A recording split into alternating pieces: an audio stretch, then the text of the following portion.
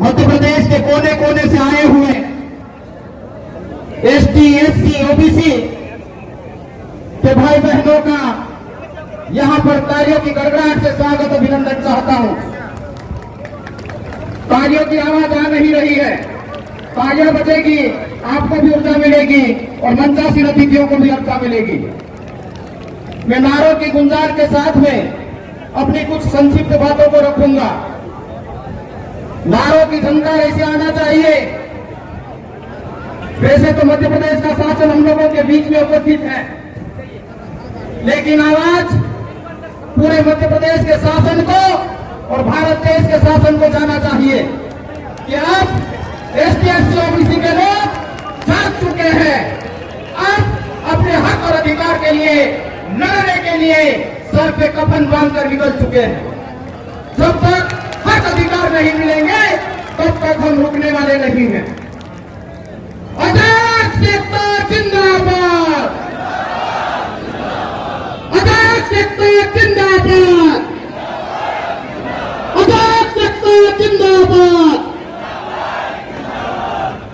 जय भीम, जय बिरसा, जय भीम, जय बिरसा, जय भीम, जय बिरसा। संविधान की रक्षा कौन करेगा? संविधान की रक्षा कौन करेगा? प्रदेश की रक्षा कौन करेगा? प्रदेश की रक्षा कौन करेगा? एक नारा महत्वपूर्ण है। जो लड़ाई देश में चल रही है, जो लोग षड्यंत्र पूर्वक हमको प्रतिनिधित्व से बाहर है, और दूसरी तरफ लड़ाई है षड्यंत्र की, कुचक्र की, झूठ की। दुनिया में देर लगी है, वक्त लगा है, लेकिन लड़ाई में जीत सच्चाई की हुई है। मैं छोटा सा उदाहरण आप लोगों के सामने रखना चाहता हूं, क्योंकि आज हम मध्य प्रदेश की राजधानी भोपाल में बैठे हैं।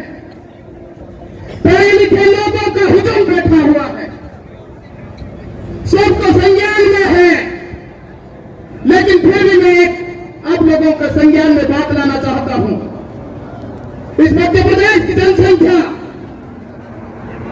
जनगणना 2011 के अनुसार 7.26 करोड़ है, और उसमें से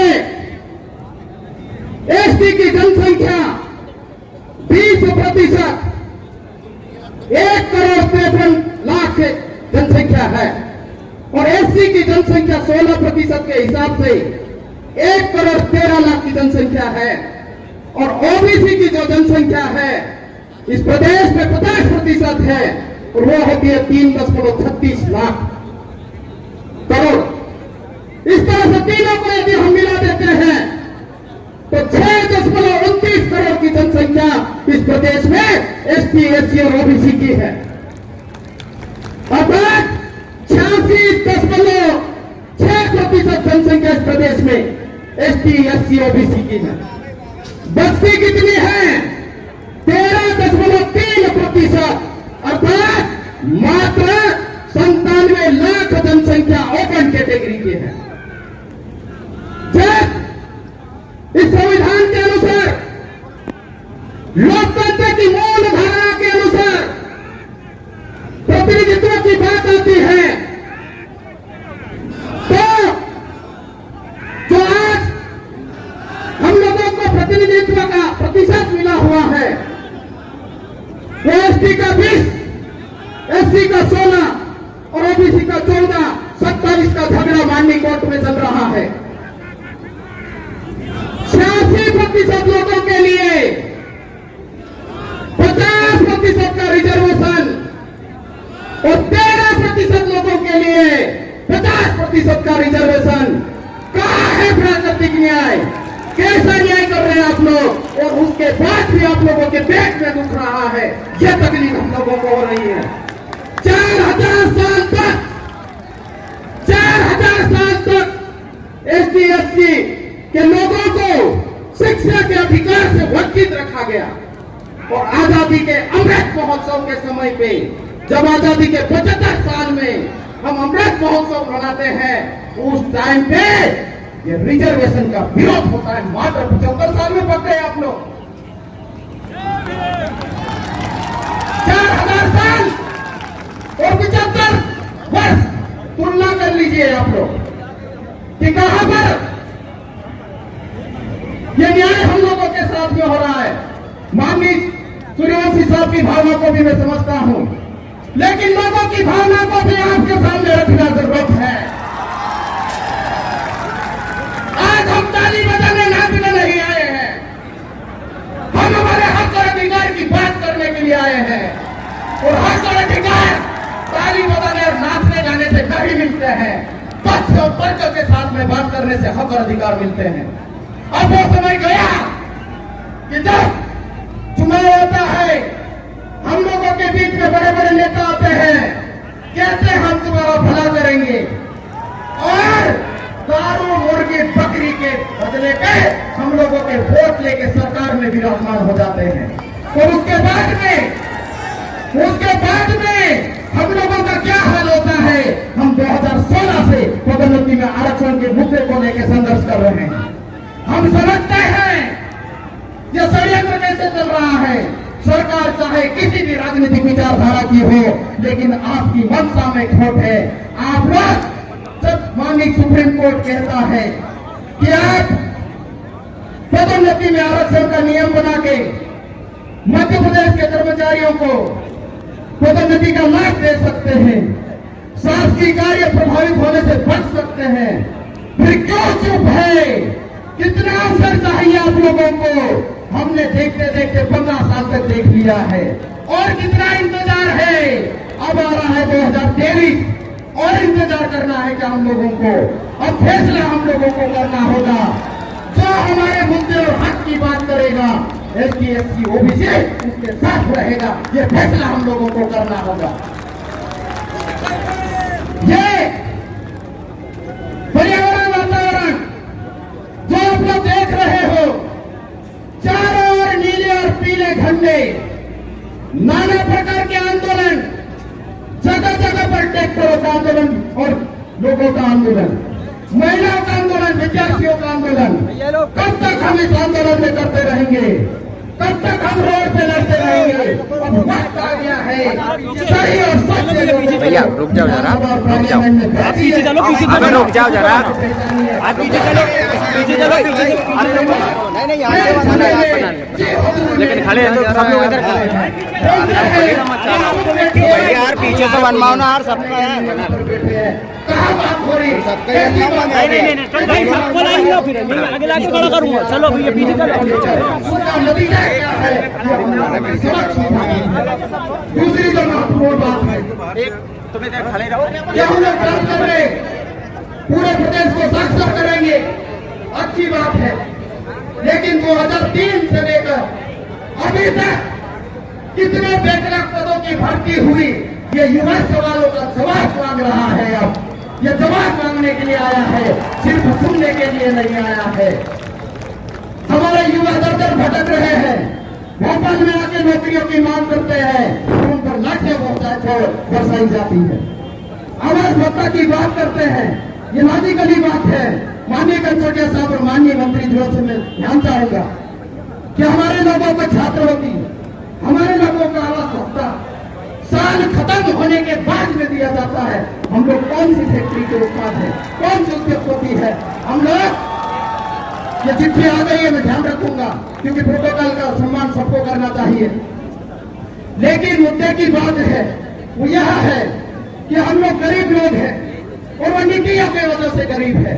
हम लोगों के पास में जल है, जंगल है, खनिज संपदा है, जिससे देश चलता है। इस देश की पूरी अर्थव्यवस्था चलती है, उसके बावजूद भी नीतियों के बदले हम खाने के लिए, पहनने के लिए, रहने के लिए, स्वास्थ्य के लिए और कपड़े के लिए, मकान के लिए तड़प रहे हैं। उन लोगों को कहते हैं आप कि मकान का किराया पहले दे दीजिए, छात्रवृत्ति और आवास भत्ता आपको बाद में देंगे। ये कौन सा न्याय है हम लोगों के साथ में? तो बातें तो बहुत करनी है, लेकिन और लोगों की भी बातें सुनना है हम लोगों को। मैं आखिरी समाधान की बात करके अपनी बात को खत्म करूंगा। क्या आप लोग सिर्फ भीड़ का हिस्सा मत बनिए, वोट की ताकत को समझिए। लोकतंत्र में वोट की बात करना गलत नहीं है। हम लोगों के कर्मचारी अधिकारियों को ये बीजेपी का काम करता है, ये कांग्रेस का काम करता है, ऐसा करके स्थानांतरण, ट्रांसफर और प्रमोशन, डिमोशन और डिसमिसल की बात करते हैं। अब रुकिए मत, क्योंकि ताकत को पहचानिए। वो ताकत भोपाल में आकर नहीं इकट्ठी होगी, गांवों में आके इकट्ठी होगी। इतने लोग बैठे आप लोग हजारों की संख्या में, गांवों में फैल जाइए। कौन अपनी बात नहीं मानता, फिर देखिए उसकी ताकत, उसका मजा। तो एसटी, एससी, ओबीसी और प्रगतिशील सोच वाले लोगों को मैं कहना चाहता हूँ कि अपनी ताकत का एहसास कीजिए, छोटी मोटी बातों को भूलिए और एकता के सूत्र में बंधिए और समाज जागरण का काम गांव, गली, मोहल्ला, चौराहे से लेकर छोटी झोपड़ी में जाके कीजिए। जब वो लोग तुम्हारे साथ में खड़े होंगे तो ये लोग आपके पास में हाथ जोड़ के आएंगे, इनकी मजबूरी होगी। तो ये जो समय है, वक्त बचा नहीं है, नहीं तो हम तो धकेल करके कई बस्ती में बैठे हुए हैं, कई जंगलों में जाके बसे हुए हैं। और यदि चुप बैठेंगे तो आप लोगों को इस दुनिया से मिटाने का षड्यंत्र चल रहा है। आप लोग ध्यान से समझ जाइए। जमीनें आपकी छीन ली गई है, जंगल आपके छीन लिए गए हैं, नदियां आपकी छीन ली गई है, हरी संपदा आपकी छीन ली गई है। अब वक्त नहीं है, या तो लड़ो या मरो, रास्ता आप लोगों को चुनना है। कौन सा रास्ता तय करोगे आप लोग? लड़ने का तय कीजिए। अभी वक्त है माननीय सरकार की, आखिरी बात कह रहा हूं माननीय सुनील सुमंती साहब, अब वक्त है 2023 के पहले का। यदि मंशा सही है और आपकी सोच सही है, एसटी, एससी, ओबीसी का वास्तव में भला चाहते हैं, तो पदोन्नति में आरक्षण नियम बना दीजिए और लोगों को प्रमोट कीजिए। हमारा भी भला होगा, आपका भी भला होगा। हम तो जियो और जीने देने का विश्वास करते हैं, हम किसी का विरोध नहीं करते हैं। और पदोन्नति के बाद में जो बैकलॉग पदों की भर्ती की बात है, अच्छी बात, बहुत अच्छी बात है कि कुछ पद निकले हैं। मैं माननीय सरकार, मध्य प्रदेश शासन का तालियों के गड़गड़ाहट से स्वागत अभिनंदन करता हूं। लेकिन मंदिर अभी बाकी है। ये छोटे लेवल से शुरू हुए माननीय साहब, हमको बड़े लेवल पे जहाँ पे नीति बनती है, हम लोगों की बात होती है, हम लोगों के ये नियम कायदे कानून बनते हैं और संविधान में संशोधन होता है, वहाँ जाने के लिए हमको पर्याप्त प्रतिनिधित्व चाहिए। चाहे पीएमओ कार्यालय हो, चाहे सीएम कार्यालय हो, चाहे मंत्रालय हो, बड़ी जगह पे हम लोगों को उचित प्रतिनिधित्व मिले। क्योंकि ये लोकतंत्र की मूल भावना है कि समाज के सभी वर्ग के लोगों का उचित प्रतिनिधित्व मिले। ये 10 साल की बात करके हम लोगों को विवाह करना छोड़ दीजिए। 10 साल की बात पॉलिटिकल रिजर्वेशन की है, एजुकेशन और दूसरे रिजर्वेशन की बात नहीं है। तो मैं इतनी बात कह के, क्योंकि और भी लोगों की बातों को सुनना है और हमको बात कम करना है और काम ज्यादा करना है, फील्ड में जाना है और लग जाइए घर परिवार, गांव, मोहल्ले, बस्ती में। आजाद सेक्टर जिंदाबाद, आजाद सेक्टर जिंदाबाद, आवाज दो, आवाज दो। जय भीम, जय बिरसा। बिरसा का नाम लीजिए, तब जाके हमारा काम होगा। जय भीम, जय बिरसा। ज्योतिबा फुले जिंदाबाद, ज्योतिबा फुले जिंदाबाद। तो शुक्रिया, मेरी बात को ध्यान से आपने सुना और मुझे आशा और अपेक्षा है कि हमारी जन भावनाओं को समझेंगे ये मध्य प्रदेश की सरकार और हम लोगों को उचित न्याय देंगे और माननीय कंसल्टेंट साहब के नेतृत्व में हम ऐसा ही संघर्ष करेंगे।